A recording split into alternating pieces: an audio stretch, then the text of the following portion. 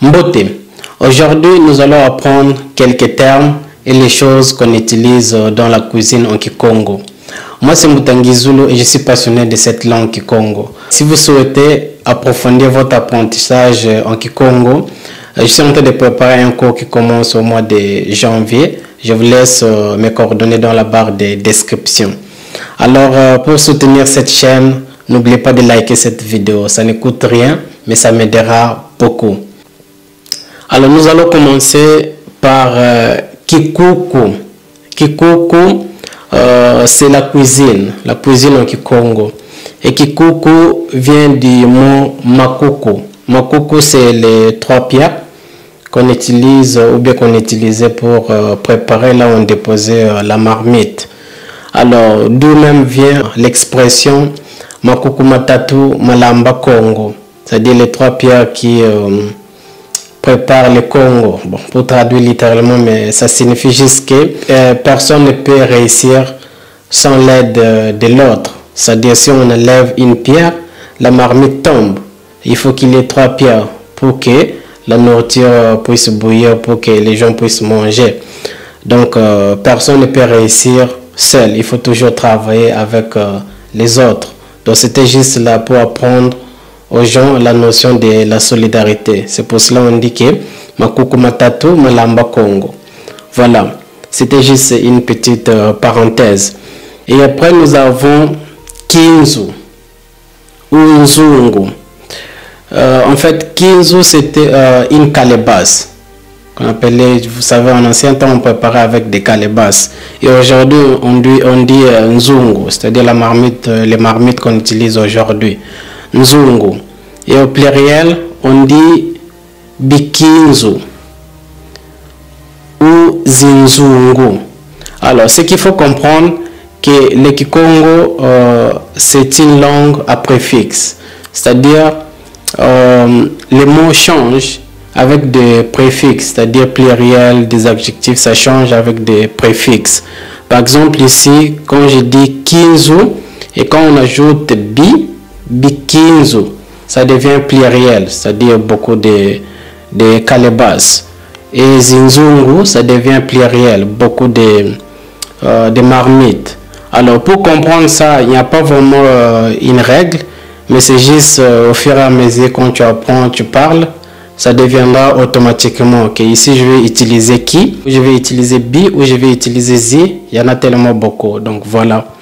Ça, il faut retenir. Alors, ici, nous avons kuni. Kuni, c'est le bois. Et kala. Kala, c'est un charbon. Je ne sais pas si on dit un charbon ou bien un charbon. On dit un charbon, n'est-ce pas? Kala, c'est un charbon. Alors, beaucoup, on dit zinkuni, beaucoup de bois. Et makala, beaucoup de charbon. Alors, ici, nous avons longa. Longa, une assiette.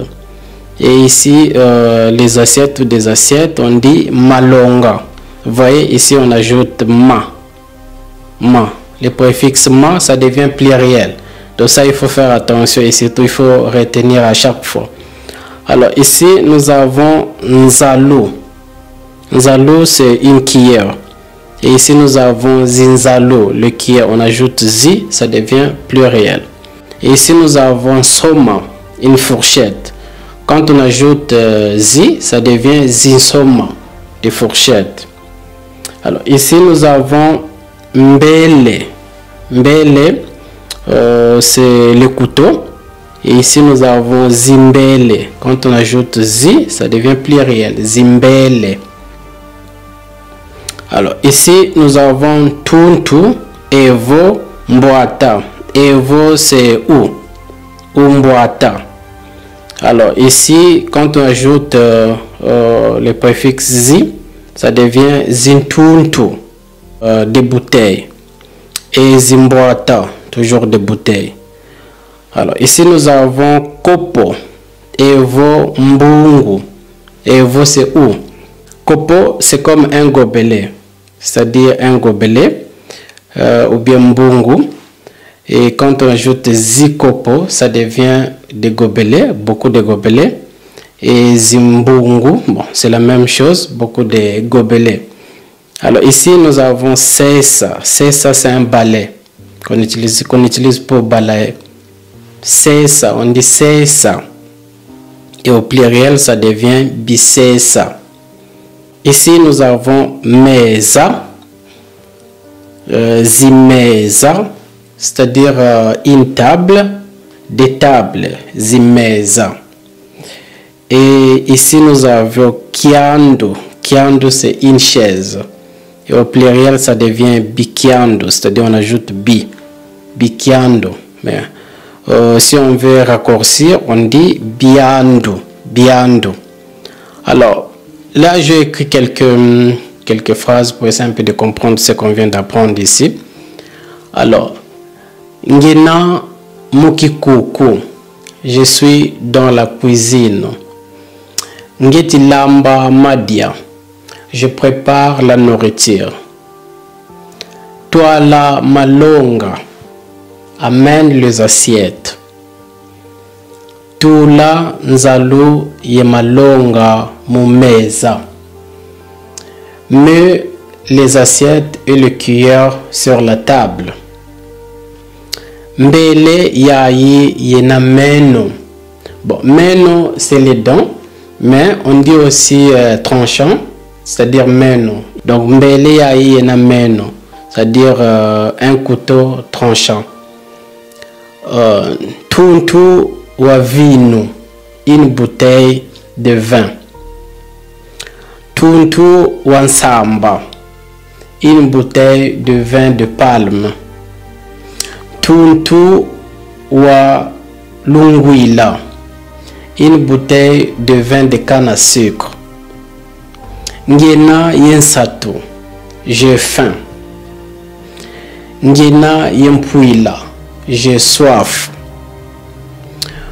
Kumvana maza, donne-moi de l'eau. Kombola kuku, balai la cuisine. Kumvana madia, donne-moi la nourriture. Madia, c'est la nourriture. Bidisa maza, bouillis l'eau. Tula madia vamesa, mets la nourriture sur la table.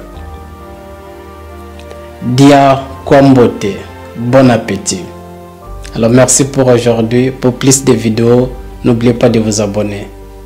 Tondo.